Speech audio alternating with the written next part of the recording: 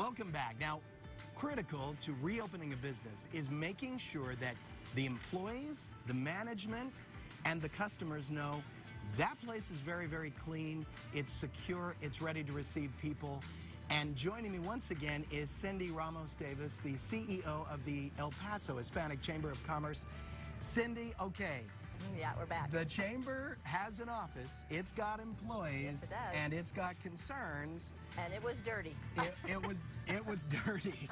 Okay, hey, what business doesn't get dirty? We had to clean it. I know, maybe the normal cleaning things we did before. Yeah, we have a cleaning service, but it's nothing like what you have to do in a changing environment with COVID. Okay, so you now have a certificate, and in order to get that special certificate that says, hey, we're not just clean, we're COVID clean. That's right. What did you do? We hired one of our members. We put it out for bid, and we hired one of our members called Lariat Sanitation, and they came in top to bottom, and they cleaned every single solitary thing in our office. Our carpet, our windows, our desktops, our computers, our phones, our floors, our bathrooms, our kitchen, our toilets, our sinks, everything, top to bottom. And when it was done, he gave me a certificate. So when people walk into our office, they see the certificate that this is a sanitized, certified business. Another safety protocol that businesses need to take a look at before they open their doors to be able to make sure their customers are comfortable. Because that's what it's about. It's about making people comfortable, that a business has taken all the safety protocols and they're not complacent about this, that they quickly understand this is not going away. Right. We are not in a new normal. We are in an adapting change. We're in a low-touch economy. And so we have to learn to adapt to that. And change is hard for a lot of people. Yeah. It is. It's not easy. Yeah. But you have to learn to adapt. You have to learn what are those things, use best practices, find other people who do it, and get back at surviving, building, providing services, and moving your business forward. Our job is to try to be a conduit, to show them how, give them the resources where, be an example of how to do it, and go forward. I have sneeze guards, which is what I call them. They're plexiglass shields in between every single solitary cubicle that I have in my office. I even have mobile sneeze guards, so that when I'm sitting here counseling you, I have a plastic sneeze guard between you and me. I have my mask on, you have your mask on. I hope nobody's used it on you. Not yet. And we are at doing business. And so we have those protocols so that everyone can feel safe. We do not let anyone in our office without them looking at our retooling sign.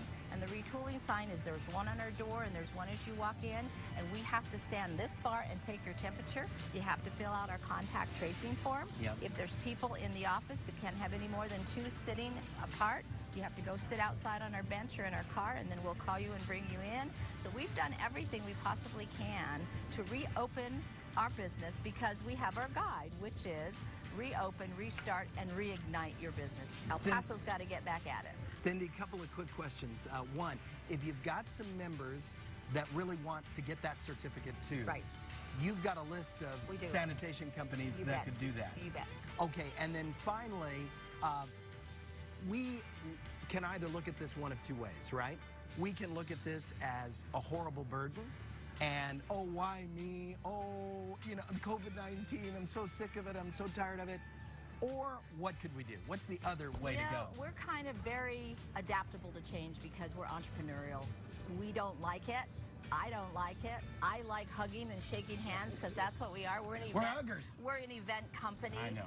But this is what it is. So you know what? I'm not going to live in a bubble. I'm going to learn how to bust that bubble and keep my people safe, and I'm going to move forward, and I'm going to teach people how to do that. We have got to try to find a way to reinvent ourselves, create innovation, and small minority business, women veteran business, they're the best at it. So let's get our minds. Let's think. Maybe I used to do this little widget. Now I can do this little widget 10 times differently, and I didn't realize I could. And look, now I've opened up a new opportunity. And there are resources in El Paso, and we're one of them, that can help businesses take a breath, take a step back, take a thought, how can I do that, and keep all the safety protocols in check. That's what we're trying to do. Cindy, thank you so much. You're welcome. Of course, you can always find more information on this at KTSM.com.